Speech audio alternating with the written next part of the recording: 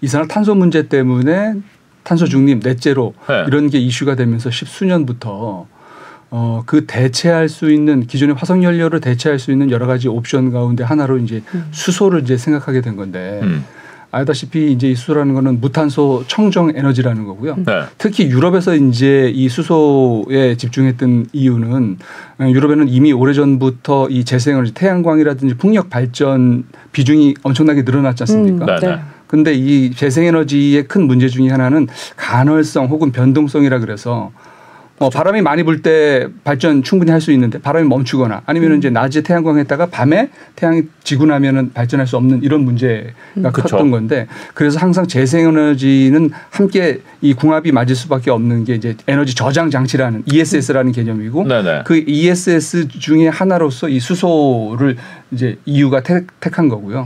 남는 에너지로 지금 막 수요보다도 발전을 많이 하고 있는데 그걸로 수소를 만들겠다. 그렇죠. 네네. 그래서 이 에너지 저장원으로서 이제 수소를 관심을 받게 됐던 거고요. 네. 그래서 이제 우리도 마찬가지로 그런 차원에서 이 수소를 이제 산업적으로까지 큰 이제 관심을 받게 된 그런 상황이죠. 그렇죠. 근데 지금 뭐 우리가 수소 차도 돌아다니고 하지만 수소 생산하고 하지만 대부분의 수소는 그렇게 그 풍력 발전이나 뭐 태양광 발전 남는 걸로 이렇게 만드는 그런 거 아니라 뭐 사실 산업 그 석유화학 뭐 하면서 좀 나오는 이런 부생 수소라든지 아니면 석탄 같은 거 쪼개가지고 만들고 뭐 그러는 거 아닌가요? 그렇습니다. 네. 아주 좋은 지적 주셨는데요. 네. 그러니까 우리도 지금 뭐 어제 새 정부 들어서 수소 에너지에 대한 새 정부의 정책 방향이 나왔습니다. 네.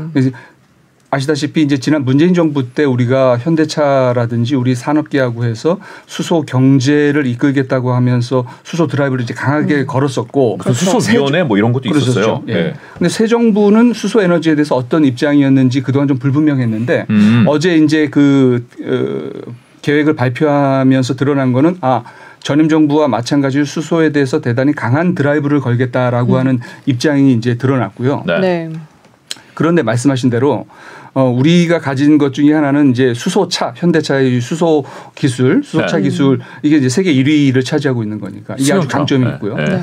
그런데 큰 틀에서 이제 문제점 중에 하나는 그 수소 이제 생산.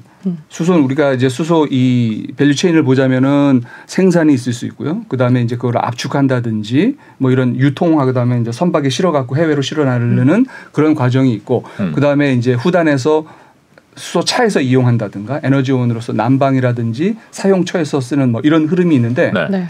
결정적으로 우리는 이 생산을 가지고 있지를 않아요. 네. 그리고 아까도 얘기했듯이 우리가 이 수소에 주목했던 거는 넷제로에 이바지할 수 있는 재생에너지를 통한 수소라고 하는 이른바 그린 수소라고 하는 건데 네.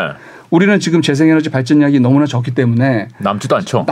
지금 뭐 삼성 뭐 이런 일부 기업들이 아리백한다 그래서 재생에너지가 필요한데 그 재생에너지를 충당할 분량도 안 되기 때문에 이거를 따로 떼갖고 수소를 추가로 만든다라고 하는 게 현실적인 사실은 지금 쉽지 않은 문제죠. 그렇군요. 그래서 그런 뭐 어려움이 있기는 합니다. 그러니까 사실 별로 환경 친화적이지 않다 아직까지는. 그렇죠. 그 얘기잖아요. 네네. 그렇죠. 그래서 이제 그린 수소 대신에 나오는 개념이 블루 수소라고 그래서 실제로 수소가 색깔이 있는 건 아니죠? 그렇습니다. 그린 수소. 색깔하고는 전혀 상관없고. 블루 수소는 뭐예요, 그러면? 블루 수소라는 건 이제 그린 수소가 아니면 전부 다 기존의 화석 연료에서 나오는 에너지원입니다. 그러니까 이것도 일종의 좀 뭐랄까요? 아이러니인데 네.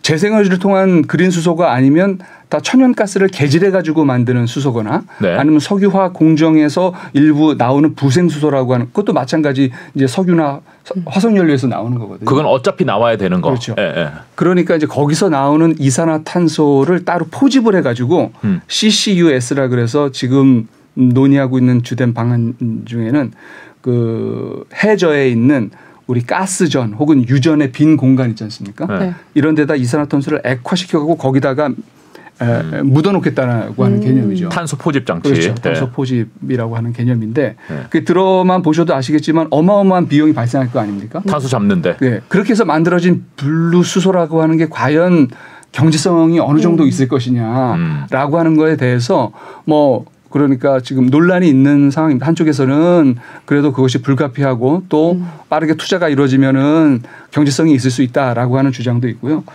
그렇지 않다는 주장도 맞서 있고 뭐 그런 상황입니다. 네, 이번에 우리나라에서 정부가 새로 발표한 정책 중에 좀 주목할 만한 부분이 있을까요?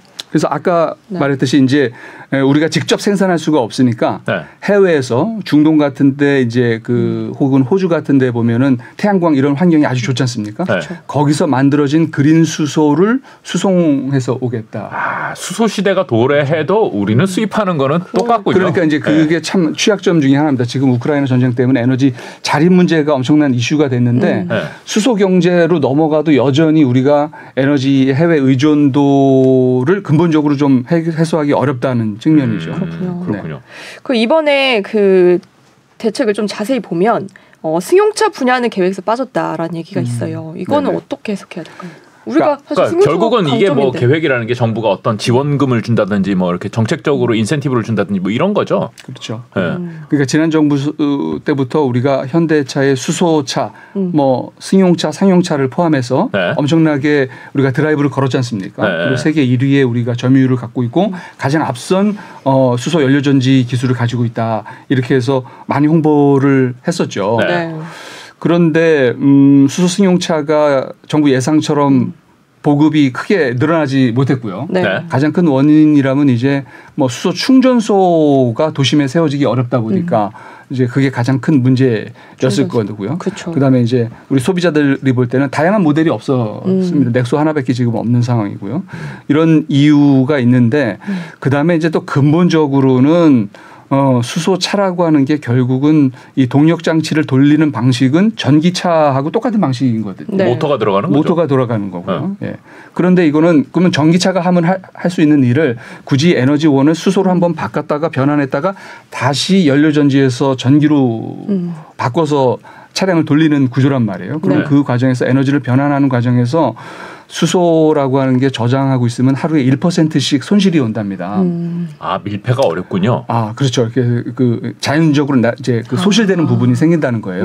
그리고 또 이 수소라고 하는 거를 압축하는 과정에서 또 역시 손실이 생기고 이런 문제를 생각하면은 근본적으로 수소차라는 게 전기차에 비해서 과연 경쟁력이 있느냐라고 하는 걸 오래전부터 사실은 그 논란이 됐던 부분인데 아직까지도 사실은 그 근본적인 질문에서부터 자유롭지 못하다 이런 얘기고. 이거 세워놓고서 몇 달 해외 갔다 오면 이거 레카 불러가지고 끌어가야 되는 거 아니에요? 수소가 아예 사라질 수도 있는 그런 상황. 그래서 이제 상용차 쪽으로 그래도 여전히 일부 전문가들은 상용차에서의 경쟁력도 수소는 앞서 말씀드린 것처럼 갸웃하시는 분들도 있고 있을 수도 있고 없을 수도 있고. 그러나 이제 전기차의 배터리 무게 이런 것 때문에 상용차에서는 수소차가 여전히 그 가능성이 있다. 그래서 유럽에서도 수소 충전소 지금 대폭 확대하려고 하는 이런 시도라든지 하는 것들은 수소 상용차를 염두에 두고 추진을 하겠다는 거다. 뭐 이런 입장도 있고 그렇습니다. 상용차가 좀 쉽게 풀어서 설명하면 어떤? 트럭이나 이제 그 버스 이런 거죠. 그다음에 건설 기계 같은 것들. 그래서 이번에 정부는 뭘 어떻게 해주겠다는 거예요? 내용이 핵심이 뭐예요? 그래서 이제 승용차, 수소 승용차에 대한 지원 내용이라든지 이게 계약에서 좀 빠져 있습니다. 지원금 안 줘요 이제는? 지원금을 안 준다는 얘기는 아니고요. 이번 계획에서 추가적인 지원 혹은 추가적인 확대 방안이 담기지는 않았다는 거고요. 대신 이제 상용차 쪽으로 포인트를 옮겨서 상용차에 대한 보조금 액수를 추가로 해서 6천만 원씩을 더 지원하겠다. 그래서 차 한 대당 수소 버스, 수소 트럭 이런 거 하나당 2억 1천만 원에서 2억 한 6천만 원까지. 2억을 준다고요? 차 한 대 사면은? 그렇습니다. 보조를 해준다는 거죠. 아니 차값이 얼마길래 2억을 보조를 해줘요? 그러니까 지금 우리 넥소 같은 경우 생각해봐도 대당 지역에 따라서 3천만 원에서 4천만 원 지원 보조금이 들어가거든요. 그래도 차값이 한 3, 4천만 원 뭐 아마 그렇게 할 겁니다. 그러니까 상용차 같은 경우는 그 연료전지 스택이 훨씬 더 많이 들어가니까 당연히 차값이 비쌀 수밖에 없고 보조금이 커질 수밖에 없는. 이게 이제 그 대량으로 소비가 되는 시대가 오면은 이게 이제 더 싸질 거다 이런 기대를 가지고 지금 지원을 한다는 거죠. 그렇죠. 예. 네. 근데 이제 근본적으로 궁금한 게 그 시대가 과연 언제 되어오냐, 언제까지 우리가 계속 보조금을 우리의 세금을 퍼부어야 하는 해야 되냐라는 의문이 생기거든요. 수소 경제를 말씀하시는 분들은 그런 장밋빛 계획들을 내놓고 뭐 순차적으로 연차적으로 그 수소의 그 단가, 제조 단가가 급속하게 내려갈 거다 이렇게 말씀하시는 분들이 있는데 네. 그런데 이제 조금 다른 얘기일 수는 있는데요. 수소가 그러면 과연 진짜 지금 차에서도 보면은 그런 타당성에 대해서 의문을 갖고 있는 부분이 있다고 하고요. 네. 그런데 이제 근본적으로 이게 수소가 그러면은 진짜 뭐 골칫덩어리냐 그렇게 볼 수는 없고요. 반드시 필요한 부분이 있습니다. 예를 들면 우리 지금 이산화탄소를 줄이는 데 있어서 가장 줄이기 어려운 부분 중에 하나가 이제 철강 이런 부분들이거든요. 네. 철강 우리나라 이산화탄소 발생량으로 치면은 포스코 이런 데가 뭐 가장 많은 배출량을 기록할 만큼 문제적인 산업인데 네. 제철하면서 거기다 그렇죠. 석탄 같이 넣어가지고 그렇죠. 예. 태우잖아요. 그렇죠. 예. 거기서 어마어마한 이산화탄소가 생기는데 이거를 대체할 수 있는 방법이 가장 좋은 게 수소를 수소 환원 제철이라 그래서 그 환원제로 쓰이는 기존의 그 코크스 대신에 수소를 활용하는 게 거의 뭐 가장 좋은 새로운 공법이 있어요. 예. 네. 그래서 이제 그런 산업 공정에서 도저히 줄이기 어려운 이산화탄소 감축 문제를 수소가 해결할 수 있는 부분들이 있다는 겁니다. 그래서 이게 계속 관심을 받는 거고 그런데 그다음에 또 하나 이제 관심을 끄는 것들이 수송에 있어서 우리 선박이라든지 그다음에 항공이라든지 이런 데들은 전기 배터리가 무겁기 때문에 다 실기 어렵지 않습니까? 네. 그렇죠. 한 달씩 가는데 배터리로 배 가다가 그래서 이제 그런 그 대형 수송 분야에 있어서의 수소의 가능성 이런 것들 여전히 이제 큰 메리트라고 보고 있는 거고. 네. 그럴 수 있겠네요. 네. 네. 그런데 그 외에 다른 용도에서 얼마나 이게 경쟁력이 있느냐에 대해서는 좀 또 의문이 있고 그런 상황입니다. 그래요. 이게 또 해외에서 얼마큼 수소차를 이용하냐 이것도 중요할 것 같아요. 그래야 우리나라에서 차를 만들어도 이렇게 수출을 잘할 수 있으니까. 근데 최근에 EU에서 수소 이 충전소 설치를 의무화하는 법안을 마련했다고 하거든요. 네. 이게 좀 영향이 있을까요? 그러니까 수소 유럽에서도 그럴 것 같습니다. 지금 에너지 전환기에 격변하는 상황이고 그렇죠. 가장 큰 영향을 받는 게 지금 모빌리티 자동차지 않습니까? 네. 그래서 자동차들도 지금 내연차 하죠, 전기차 하죠, 하이브리드 하죠, 수소차까지 그 중에 어느 하나도 쉽게 사실은 올인을 하거나 쉽게 배제하기 어려운 상황인 거고 유럽 EU 차원에서도 사실은 그런 여러 가지의 가능성을 다 동시에 들여다봐야 되기 때문에 전기차에 대한 지원은 물론이고 수소차에 대한 지원도 그런 의미에서 당분간 이어지지 않을까 뭐 그런 예상. 그러니까 우리는 단순히 수소 하면은 가장 먼저 떠오르는 건 이제 수소차인데 말씀하셨다시피 뭐 다른 그 철강이라든지 이런 공장에서 쓰는 부분들은 훨씬 더 빨리 도입될 수 있는 가능성도 있고 오히려 그런 것들이 뭐 효과는 더 클 수도 있으니까요. 어떻게 보면은 그런 거는 생각하지 못했던 부분인 것 같네요. 그러면은 단순히 우리만 이게 가능성을 보는 게 아니라 뭐 유럽도 보고 뭐 미국 쪽은 없나요? 그런 거는? 걔네는 신경을 안 쓰나요? 미국 뭐 캐나다 쪽도요. 네. 그 태양광이라든지 이런 재생에너지 발전 환경이 좋지 않습니까? 네. 그래서 그 대단위로 이루어진 태양광들을 수소로 전환하는 방안들. 또 좀 규모가 크게 가야 되는 거군요. 결국은. 캐나다 지금 독일에서도 최근에 지난 8월 달인가 발표를 했는데 캐나다에서 그 재생에너지 만들어진 수소를 지금 수입해 오겠다는 거거든요. 네. 독일에서. 독일이 지금 처하고 있는 에너지 난, 그다음에 러시아로부터의 어려운 이 천연가스 탈피 문제 이런 거를 대한 대안의 하나로서 그 캐나다에서 만들어진 수소를 들여오겠다 뭐 이런 계획을 발표한 바도 있습니다. 근데 제일 관심 가지시는 부분이 이제 현대차가 그 차량 부분에서는 뭐 세계적으로 수소에 있어서는 가장 앞서 있잖아요. 지금 트럭도 상용으로 나와 있고 승용차도 지금 제일 많이 만들고 하는데 점유율도 높아요. 그러니까 현대차는 왜 승용차는 이번에 지원해서 빠졌지 뭐 이런 입장인가요? 맞아요. 정부에서 이것도 좀 해주면 좋았을 텐데 뭐 이런 생각을 가졌을 것 같기도 하고요. 네. 곤란한 지금, 질문인가요? 그러니까 그동안 이제 수년간 우리 정부와 현대차가 열심히 이 드라이브를 걸었던 이 수소 승용차가 지금 한 1, 2년 새 좀 많이 어려움을 이제 겪고 있고 네. 그래서 지금 그 연료전지 스택이라고 하는 게 핵심 기술인데 네. 거기 그 연료전지 스택의 내구성을 얼마나 지금 확보한 거냐. 그래서 이게 뭐 40년, 50년 이렇게 확보해야지 안정된 기술이라고 보는 건데 아직 그 수준에 못 이르렀다. 이런 지적이 있고 네. 또 그 연료전지 스택의 단가를 코스트를 낮추려고 지금 계속 노력하고 있는데 이게 쉽게 지금 빠르게 내려가지 않고 있다. 이런 어려움들이 지금 내부적으로 알려지고 있고요. 네. 그래서 앞으로 이 문제가 어떻게 진행될지는 좀 더 두고 봐야 될 것 같습니다. 현대차도 머리 복잡할 것 같아요. 그러게요. 이것도 해야 되는데 전기차도 지금 빠르게 만들고 있고 내연기관 그렇다고 안 만들 수도 없고 그렇죠. 여러 가지 한꺼번에 하는 상황은 지금 각 세계적인 업체들 다 같이 고민하는 부분이 아닌가 근데 한 10여 년 전 우리가 생각해 보면은요. 네. 미래차가 무엇이 될 것이냐 해서 클린 디젤이라는 기술도 있었고 그렇죠. 네.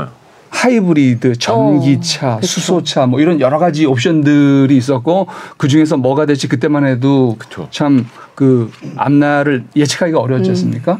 근데 그 중에 클린 디젤이라고 이제 하는 건 이제 사기로 이제 드러나서 네. 사실상 시장에서 도태됐고 하이브리드도 물론 아직까지 있습니다만 이제 지금 전 세계적으로 우리나라도 그렇고 친환경차 목록에서 이제 하이브리드는 이제 다 빼겠다는 거거든요. 네, 네. 플러그인 하이브리드는 물론 이제 친환경차로 두지만 기존의 일반 하이브리드는 그것도 이제 사라지게 되고 그러면 이제 미래차로 남는 것들은 거의 이제 전기차하고 수소차 뭐 이 정도의 옵션이 아닌가. 그렇다면 자동차 업체들이 10여 년 전하고 비교해 보면은 오히려 그런 측면에서 미래를 내다보기는 좀 더 이제 좀 그렇죠. 손쉬워졌다. 뭐 그렇게 볼 수도 있을 것 같고요. 그리고 BMW, 폭스바겐도 이제 수소차를 양산하려고 준비 중이라고 그래요? 합니다. 네. 좀 같이 만들어야지 좀 시장이 형성되고 좀 그쵸. 그런 면도 분명히 있을 것 같기는 네. 합니다. 일단은 결승전에 오른 이제 2명의 후보가 남았다는 그런 얘기를 들리네요.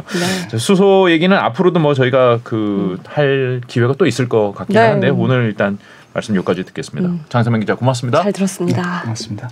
네, 여러분 안녕하십니까? 11월 10일 목요일 모닝와이드 시작하겠습니다. 미국 중간선거의 결과에 윤곽이 드러났습니다. 당초 하원은 물론 상원까지도 야당인 공화당이 장악할 수 있다는 분석이 있었는데 유권자의 선택은 달랐습니다.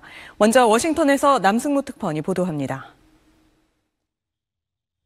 선거 막판 연이은 물가 상승과 경기 침체 우려 속에 야당인 공화당의 약진이 예상됐던 미 중간선거. 하지만 미국 표심이 선택한 건 절묘한 균형이었습니다. 이번 선거 최대 관심사였던 상원의원 선거에서 민주당의 승리 가능성이 커진 겁니다.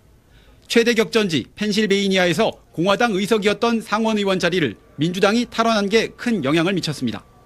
Democrats waking up this morning and thinking maybe this was not as bad as had been anticipated. 최종 결과는 조지아와 네바다, 애리조나 등 경합지역 결과를 지켜봐야 합니다. 특히 조지아의 경우 과반 득표자가 없을 걸로 보여 주법에 따라 다음 달 결선 투표를 치를 가능성이 큽니다. 주지사 선거에서도 민주당은 공화당이 차지하고 있던 메릴랜드와 매사추세츠를 빼앗아오는 등 예상 밖 선전을 펼쳤습니다. 하지만 하원 의원 선거에선 공화당이 승리를 거두며 권력 지형의 변화를 예고했습니다. Now tonight, we built upon those gains 2 years ago, and it is clear that we are going to take the House back. 전통적으로 여당의 무덤이라고 불리는 중간선거에서 일단 민주당이 선전했다는 평가입니다. 불출마 압박을 받아온 바이든 대통령으로선 차기 대선 구도에서도 상대적으로 유리한 고지에 서게 됐습니다. 하지만 예산과 법안, 의회 조사권 등을 쥔 하원이 공화당에게 넘어감에 따라 국정 운영에 제동이 걸리는 건 물론 대통령을 둘러싼 정치적 견제도 한층 거세질 전망입니다. 네, 앞서 소식 전해준 남승모 특파원 바로 연결해서 미국 중간선거 소식 좀 더 자세하게 알아보겠습니다. 남 특파원, 민주당이 선전할 수 있었던 이유는 어떻게 분석되고 있습니까? 네, 현지 언론들은 공화당이 민주주의의 위기나 임신 중지 같은 문제에 제대로 대처하지 못한 걸 한 원인으로 보고 있습니다. 또 선거일을 앞두고 트럼프 전 대통령이 광폭 행보에 나선 것도 민주당 지지층을 결집시키는 요인으로 작용했다는 분석입니다. 이 밖에 공화당이 역량과 자질을 갖추지 못한 후보를 격전지에 내세웠다는阴谋論도 거론되고 있습니다. 이번 중간선거 결과가 차기 대선 구도에도 영향을 주겠죠? 네, 일단 바이든 대통령은 한숨 돌렸다 이렇게 말할 수 있을 것 같습니다. 중간선거에서 여당이 승리한 건 지난 1900년대 이후 단 3번뿐인 만큼 이 정도면 선방했다고 할 수 있기 때문입니다. 또 민주당 내에 바이든 대통령 외에 이렇다 할 후보가 없다는 점도 그에게는 유리한 부분입니다. 반면 압승을 예상했던 트럼프 전 대통령으로서는 힘 빠지는 상황이 됐는데요. 오는 15일 중대 발표를 예고한 만큼 중간선거 승리를 발판으로 이날 대선 출마를 선언할 거란 전망이 많았기 때문입니다. 하지만 트럼프 전 대통령은 오늘 자신의 SNS에 어떤 측면에선 좀 실망스럽기는 하지만 개인적인 관점에서 보면 그것은 매우 큰 승리라고 말을 했습니다. 그러면 우리나라에 미칠 영향은 어떨까요? 네, 먼저 전기차 보조금 문제가 걸린 인플레이션 감축법 개정은 쉽지 않을 걸로 보입니다. 법 개정을 위해선 상하 양원을 모두 통과해야 하는데 민주당과 공화당이 상하원을 나눠 장악하게 되면 그만큼 통과가 어려워지기 때문입니다. 다만 대북 문제나 한미 관계는 초당적인 지지를 받고 있는 상황이어서 별다른 변화가 없을 거라는 게 미국 내 전문가들 전망입니다. 네, 마지막으로 이번 선거에서 한국계로는 26년 만에 3선 의원이 나왔다고요.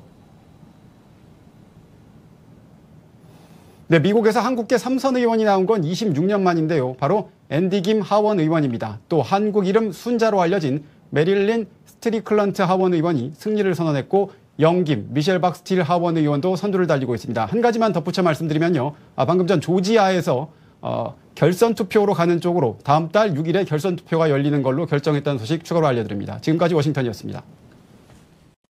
정부가 수소 산업을 세계 1위로 키우겠다는 청사진을 발표했습니다. 트럭과 버스 같은 수소 상용차에 보조금을 더 줘서 보급을 확대하기로 했는데 이미 세계 시장 1위인 승용차 분야는 계획에서 빠졌습니다. 장세만 환경 전문 기자가 보도합니다. 서울 면적의 44배나 되는 일직선 모양의 스마트시티 건설 계획. 사우디 왕세자 빈 살만 주도로 100% 재생에너지로 만드는 수소, 즉 그린 수소를 세계 최대 규모로 생산한다는 계획이 담겼습니다.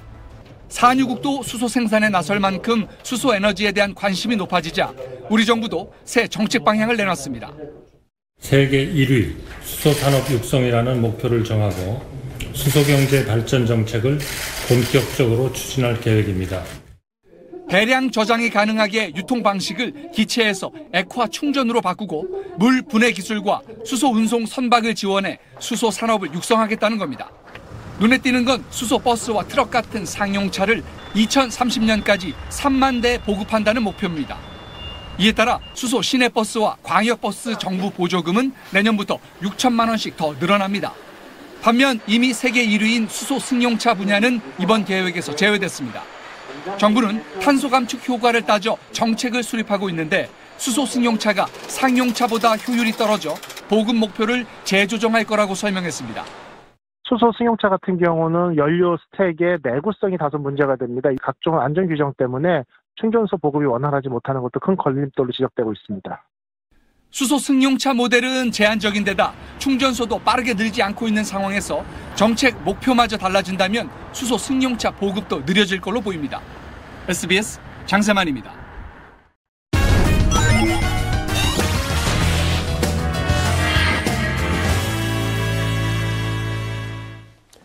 친절한 경제 시간입니다. 한정 기자 나와 있습니다. 안녕하세요. 안녕하세요. 네, 서울 목동 재건축 사업이 본격적으로 시작될 것 같다고요. 네, 서울시가 어제 목동 아파트 14개 단지의 재건축 계획안을 수정 가결했습니다. 계획안이 확정되면 이를 통해 목동지구 일대에 최대 35층 고층 아파트 5만 3천여 가구가 들어서게 됩니다. 현재 가구 수보다 이 2배 늘어나는 수치입니다. 목동지구는 1980년대 주택 문제 해결을 위해서 이 택지 개발 사업을 통해 대규모 아파트가 공급됐는데요. 하지만 이 공급 우선 정책으로 주변 지역과 단절되고 획일적인 경관을 형성했다는 지적을 받아왔습니다. 또 14개 단지는 1985년부터 순차적으로 준공돼 이 재건축 연한인 30년을 모두 훌쩍 넘긴 상태죠. 노후화, 또 이 주차난으로 재건축 요구가 컸습니다. 그동안 목동 재건축 사업이 잘 안 됐던 이유는 뭡니까? 네, 목동 재건축 사업 관련해서는 2015년부터 목동 지구 단위 계획 용역이 발주됐고 2018년엔 이 재건축 계획안이 처음 만들어졌는데요. 이후 집값 급등을 자극할 수 있다는 우려 때문에 제동이 걸리면서 모든 절차가 중단됐습니다. 서울시는 최근까지 세부 보완을 거친 지구 단위 계획안을 마련해서 4년여 만에 절차를 재개했습니다. 부동산 침체기인 지금이 이 재건축 계획을 내놓기에는 적기라고 판단했기 때문입니다. 재건축의 이 10단계 중에 이제 막 1단계에 들어선 거라 아직 갈 길이 멀지만 최근 이 음마 아파트와 여의도 시범 아파트에 이어 목동 아파트까지 재건축 가결안이 의결되면서 다른 곳도 이 재건축 사업 추진에 속도를 낼 것으로 보입니다. 네, 김치를 사 먹는 사람들이 많이 늘었다고요? 네, 올해 이 한국농촌경제원의 조사 자료인데요. 4집 중 1집은 김장김치를 직접 담그지 않고 사 먹는 걸로 나타났습니다. 정확히 25.7%로 2017년 13%보다 2배 정도 높아졌습니다. 왜 시판 김치를 사 먹는지 봤더니 김장 많이 담그면 이 보관을 따로 많이 해야 해서 냉장고를 너무 많이 차지하기도 하고 김치가 쉴 때 되면 며칠 연속 김치볶음밥과 김치찌개만 만들어 먹어야 하잖아요. 필요한 시기에 필요한 만큼만 살 수 있다는 응답이 54%로 가장 많았습니다. 또 이 김치 담그기 번거롭다가 이 30.5%, 직접 담그는 게 것보다 싸다가 이 8.5%로 그 뒤를 이었습니다. 제가 이 포장김치를 취급하는 한 식품업체를 취재하면서 들은 말인데요. 지금 이 포장김치에 대한 투자는 온전히 이 미래에 대한 투자라고 했습니다. 무슨 의미냐면 그만큼 미래엔 결국 사람들이 김장을 안 담가 먹는 날이 올 거라는 겁니다. 또 올해엔 직접 이 김장하겠다는 비율은 65%로 전년보다 소폭 늘었고요. 하지만 이 김장 비용이 안정될 때까지 기다릴 거란 대답이 많았습니다. 네, 우유 소비자 가격이 결국에는 오르네요. 네, 그렇습니다. 지난주 금요일에 원유 가격 오른다는 소식을 전해드렸는데 유업체들이 이를 반영해서 흰우유 가격을 줄줄이 올리기로 했습니다. 일단 매일유업은 오는 17일부터 900ml 흰우유 가격을 2,610원에서 2,860원으로 9.6% 250원 인상합니다. 1리터로 따지면 3,000원이 넘어서 3,177원입니다. 남양유업도 900ml짜리 흰우유 가격을 이번 달 중순쯤 인상을 하는데요. 최종 판매가를 조율하고 있습니다. 또 이 서울우유와 동원, 빙그레 등 다른 유업체들도 인상 시기와 인상 시기를 내부적으로 검토 중입니다. 이에 따라서 이 커피와 빵, 아이스크림도 가격 인상에 나설 가능성이 높아지면서 또 한 번 이 먹거리 물가를 끌어올릴 것으로 보입니다. 잘 들었습니다.